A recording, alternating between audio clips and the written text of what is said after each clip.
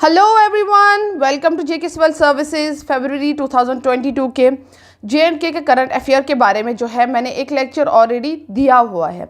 तो उसी लेक्चर के बेसिस पे जो है यहाँ पे मैं टॉप 25 एमसीक्यूज़ लेके आई हूँ, जो कि उसी लेक्चर के बेसिस पे है। तो जिन्होंने वो लेक्चर बहुत अच्छे से पढ़ा होगा, समझा होगा, उनके लिए एमसीक्यूज़ करना बहुत ही ज़्यादा इजी होगा। एंड जिन्होंने वो लेक्चर अभी पढ़ा नहीं है, देखा नहीं है, वो जाके देख ले, समझ ले, उनके लिए भी बहुत इजी होने वाला है। ओके, तो जिनने पढ़ा हुआ है उनको साथ साथ रिविजन भी होगा, है ना। तो चलिए फिर स्टार्ट करते हैं। यहाँ पे पहले एमसीक्यू से, according to India press freedom report 2021 JKUT topped in. जो इंडिया प्रेस फ्रीडम रिपोर्ट के अकॉर्डिंग JKUT किस में टॉप आई, यहाँ पे हम ऑप्शंस देखते हैं।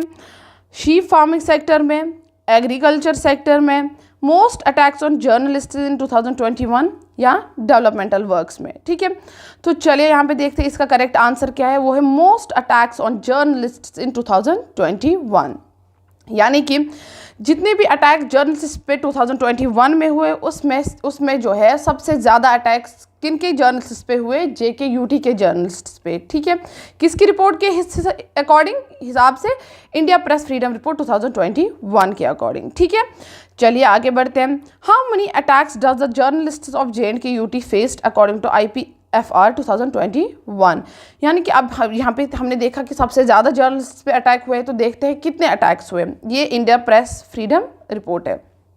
ओके, तो चलिए ऑप्शंस देखते हैं। 23, 10, 15 और 25। तो इसका करेक्ट आंसर जो है 25, यानी कि 25 अटैक्स जो है JKUT के जर्नलिस्ट पे हुए टोटल। चलिए इसके बाद आगे देखते हैं। India press freedom report is released by. ये इंडिया प्रेस फ्रीडम रिपोर्ट को किसने रिलीज किया, कौन रिलीज करते हैं इनको, चलिए यहाँ पे देखते हैं। Options, rights and risk analysis group, world bank, reserve bank of India या ऑल इंडिया फेडरेशन। यहाँ पे इसका करेक्ट आंसर जो है वो है rights and risk analysis group, RRAG। यही जो है रिलीज करती है इंडिया प्रेस फ्रीडम रिपोर्ट, और ये कहाँ पे, न्यू दिल्ली में, है ना। ओके जी, चलिए आगे बढ़ते हैं। Total number of attacks on journalists in India according to India press freedom report 2021। अब देखते हैं इंडिया के जर्नलिस्ट पे टोटल में हम देखते हैं कि कितने अटैक्स हुए जर्नलिस्ट्स पे। ठीक है, किसके रिपोर्ट के हिसाब से, इंडिया प्रेस फ्रीडम रिपोर्ट 2021 के हिसाब से। चलिए यहाँ पे हम देखते हैं इसके ऑप्शंस। 205, 106, 108 और 120। तो इसका करेक्ट आंसर जो है वो है 108। ओके, तो यहाँ पे जो है एक और बात बताऊँ कि आपको कंफ्यूज होने की ज़रूरत नहीं है। आप यहाँ पे बोलेंगे 2021, ये मैंने आपको पिछले लेक्चर में भी बोला था कि 2021 की रिपोर्ट है, तो आज क्यों पढ़ा रहे। ये जो है 2021 का सारा डेटा जो है कंपाइल करके फेब 2022 में प्रेजेंट किया गया, उसी रिपोर्ट के अकॉर्डिंग फिर ये सारा कुछ बताया गया। कब, फेब 2022 में, तो कन्फ्यूज नहीं होइएगा। तो चलिए फिर आगे बढ़ते हैं यहाँ पे। How many journalists were killed according to IPFR 2021। According to IPFR कितने जर्नलिस्ट मारे गए थे। चलिए यहाँ पे इसके ऑप्शंस देखते हैं। 25, 8, 6 और 12, और जो इसका करेक्ट आंसर है वो है 6। कितने जर्नलिस्ट मारे गए थे, टोटल 6 जर्नलिस्ट मारे गए थे। चलिए जी आगे बढ़ते हैं।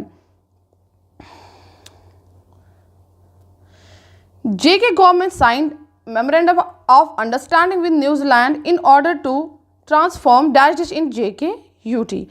JK गवर्नमेंट ने साइन किया MOU न्यूजीलैंड के साथ इन ऑर्डर ट्रांसफर, क्या ट्रांसफॉर्म करना था उनको इन JKUT। चलिए ऑप्शंस देखते हैं। Agriculture and allied sector, commerce and industry, sheep farming sector, social welfare and development. और इसका करेक्ट आंसर जो है वो है शीप फार्मिंग सेक्टर, यानी कि न्यूजीलैंड को जो है JKUT में शीप फार्मिंग सेक्टर ट्रांसफॉर्म करना था। ओके, ये जो है इसका करेक्ट आंसर है। चलिए जी आगे बढ़ते हैं। इसके बाद देखते हैं। Recently MOU between JK government and New Zealand was signed between. अब देखते हैं कि किन के बीच ये MOU जो है साइन हुआ। ठीक है, चलिए यहाँ पे देखते हैं इसके options. LG Manoj Sinha and Naveen Chaudhary, virtual mode Ranjan Prakash Thakur and Naveen Chaudhary, Manoj Sinha and Ranjan Prakash Thakur. And इसका करेक्ट आंसर जो है वो है वर्चुअल मोड, ठीक है, यानी कि ये ऑनलाइन हो गया। इन वहाँ पे कोई प्रेजेंट नहीं था, आई मीन प्रेजेंट क्या, सिग्नेचर के लिए कोई प्रेजेंट नहीं था। प्रेजेंट थे वर्चुअल मोड में, प्रेजेंट थे 2 बंदे जिनकी प्रेजेंस में ये हुआ, लेकिन सिग्नेचर के लिए कोई प्रेजेंट नहीं था, यानी कि ये वर्चुअली ऑनलाइन मोड हो गया सारा, ठीक है।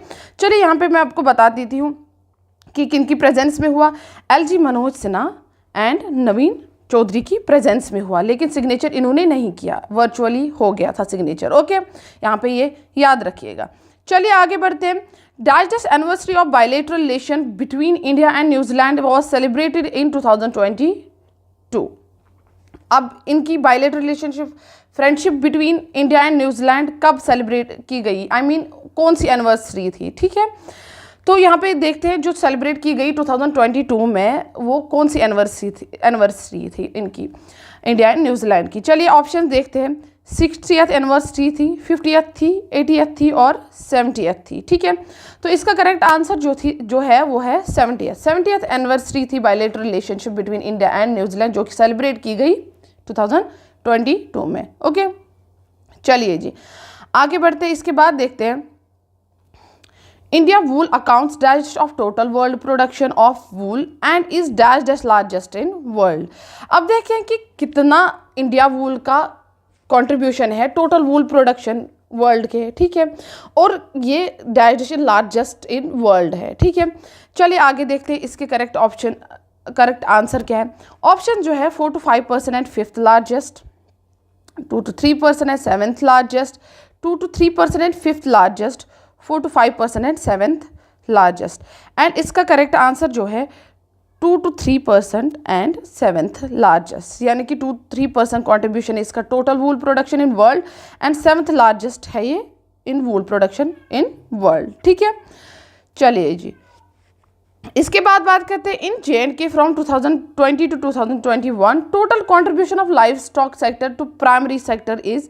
अब यहाँ पे देखते हैं कि एग्रीकल्चर सेक्टर में लाइव स्टॉक सेक्टर का कितना कंट्रीब्यूशन है, ठीक है, क्योंकि एग्रीकल्चर में हॉर्टिकल्चर, वेटरनरी साइंस, सेरिकल्चर वगैरह वगैरह आता है, तो यहाँ पे सिर्फ हम लाइव स्टॉक सेक्टर की बात करेंगे। ओके, तो कितना कॉन्ट्रीब्यूशन जो है एग्रीकल्चर में करता है। चलिए यहाँ पे आंसर देखते हैं, ऑप्शंस देखते हैं। 25.8%, 29.2%, 40.2% और 26.8%।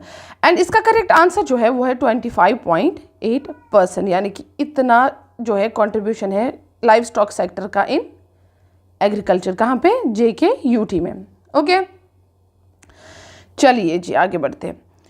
इसके बाद जो है contribution of livestock sector to the GDP ऑफ J&K 2020 to 2021 के हिसाब से GDP ऑफ J&K में लाइव स्टॉक सेक्टर का कितना कंट्रीब्यूशन है, ठीक है। चलिए यहाँ पे ऑप्शंस देखते हैं। 25.8%, 4.28%, 4.11% और 5.24%। एंड इसका करेक्ट आंसर जो है वो है 4.11%, यानी कि टोटल J&K के GDP में 4.11% कॉन्ट्रीब्यूशन है किसका, लाइव स्टॉक सेक्टर का। चलिए जी आगे देखते हैं। LG Manoj Sinha launched first QR code based dash of J&K। इन्होंने जो है क्विक रेस्पॉन्स कोड बेस्ड, पहला क्विक रेस्पॉन्स कोड बेस्ड क्या J&K का बनाया, ओके, लॉन्च किया।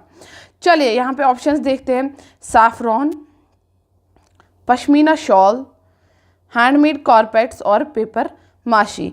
इसका करेक्ट आंसर जो है वो है हैंडमेड कारपेट्स, यानी कि LG मनोज सिन्हा से लॉन्च किया first QR code based handmade carpets in J&K, कब, Feb 2020 में। ओके, चलिए जी आगे बढ़ते हैं।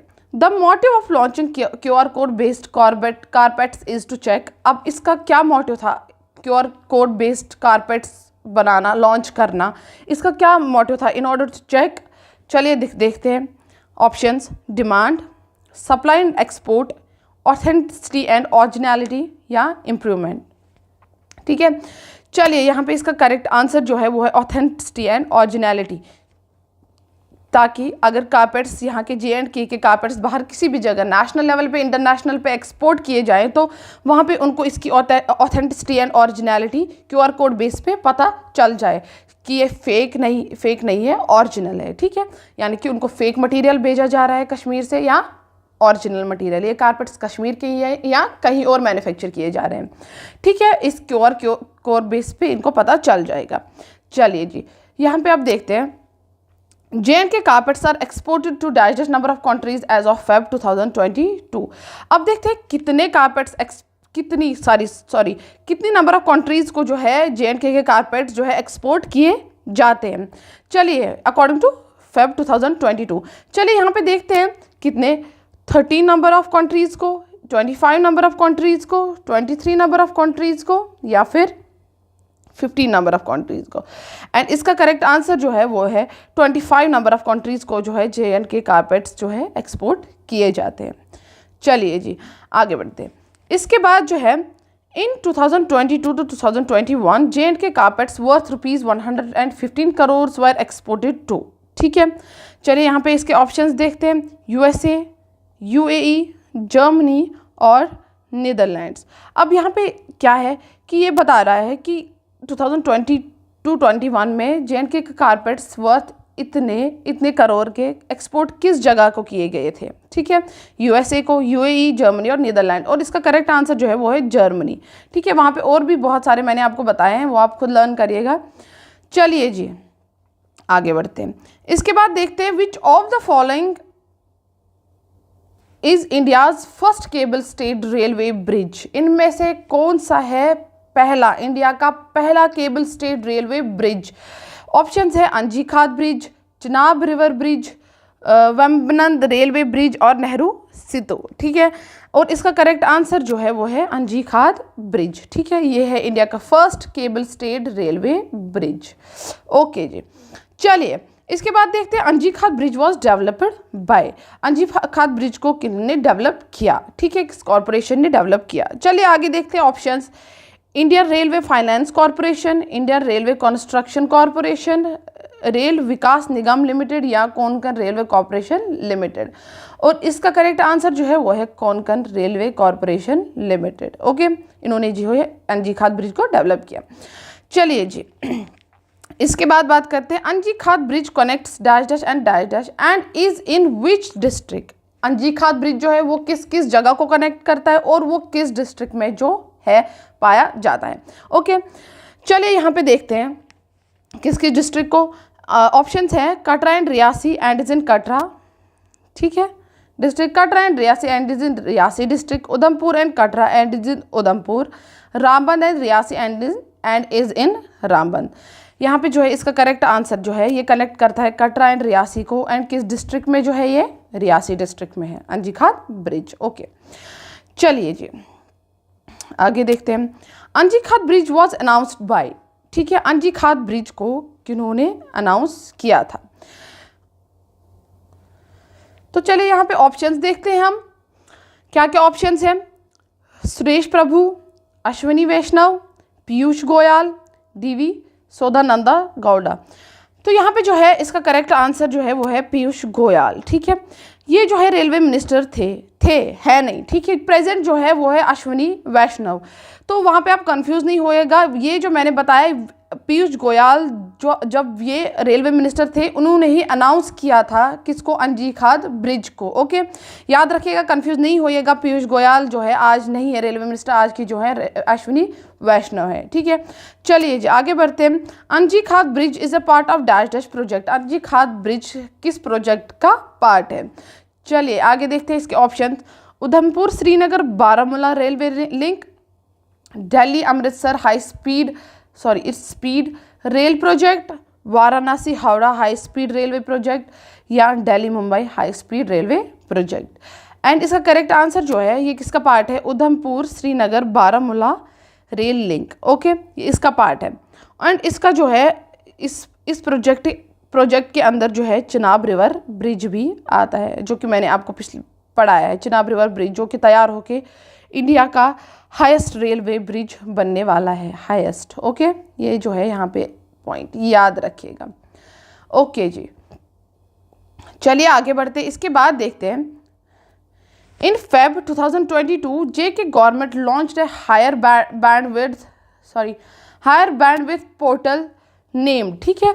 Feb 2022 में JNK गवर्नमेंट ने लॉन्च किया था हायर बैंडविड्थ पोर्टल, उसका नाम क्या था? ठीक है, चलिए ऑप्शन देखते हैं। Single window clearance portal, it's portal, okay.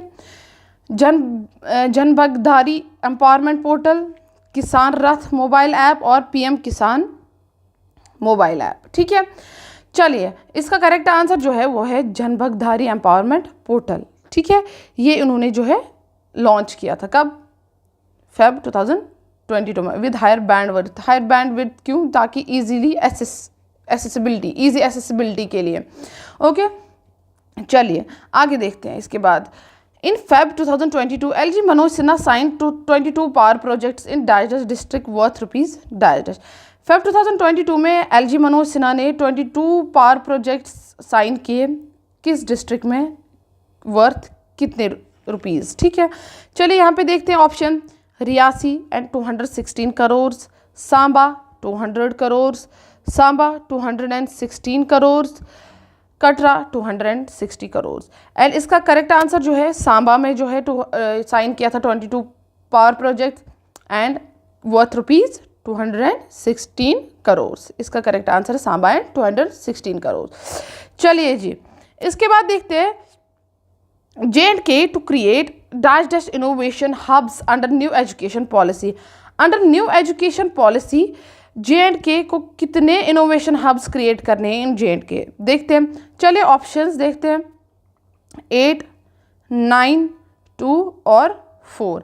And इसका करेक्ट आंसर जो है 4 innovation hubs under new education policy in Feb 2022। Okay, चलिए जी, फेब 2022 की ही न्यूज़ है ना। चलिए जी आगे देखते हैं। इसके बाद है under which scheme Sundarbans and बड़ी ब्रह्मना डिक्लेयर्ड ODF पॉजिटिव? किस स्कीम के अंडर सुंदरबंस और बड़ी ब्रह्मना को डिक्लेयर किया गया ODF पॉजिटिव? यहाँ पे ऑप्शंस हैं स्वच्छ भारत मिशन, PM जन धन योजना, PM सुरक्षा बीमा योजना, आयुष्मान भारत योजना। एंड इसका करेक्ट आंसर जो है वो है स्वच्छ भारत मिशन, यानी कि इसी के अंडर जो है इन दो जगहों को क्लीनेस्ट जगह मानी गई या क्लीनेस्ट जगह ODF पॉजिटिव दिया गया, यानी कि ये जो जगह हैं बहुत ज़्यादा साफ हैं। ओके, डिक्लेयर किया गया। चलिए जी, इसके बाद देखते हैं which of the following is a brand product of Doda and Doda is birth place of dash dash. ठीक है, इनमें से कौन सा है जो है वो ब्रांड प्रोडक्ट डोडा का है एंड डोडा बर्थ प्लेस है किसकी? ठीक है, किस रेवोल्यूशन की? चलिए आगे देखते हैं। यहाँ पे options tomato India's red revolution, lavender India's purple revolution, coffee India's brown revolution, mustard India's yellow revolution. Okay, चलिए जी, यहाँ पे जो है करेक्ट आंसर जो है इसका लेवेंडर। लेवेंडर जो है ब्रांड प्रोडक्ट है डोडा का एंड डोडा जो है बर्थ प्लेस है इंडियाज पर्पल रेवोल्यूशन की। ओके, तो चलिए जी, ये हो गया आज का लेक्चर। आई होप आप सब लोगों को ये अच्छे से समझ आ गया होगा। तो चलिए, अल्लाह हाफिज़, बाय बाय।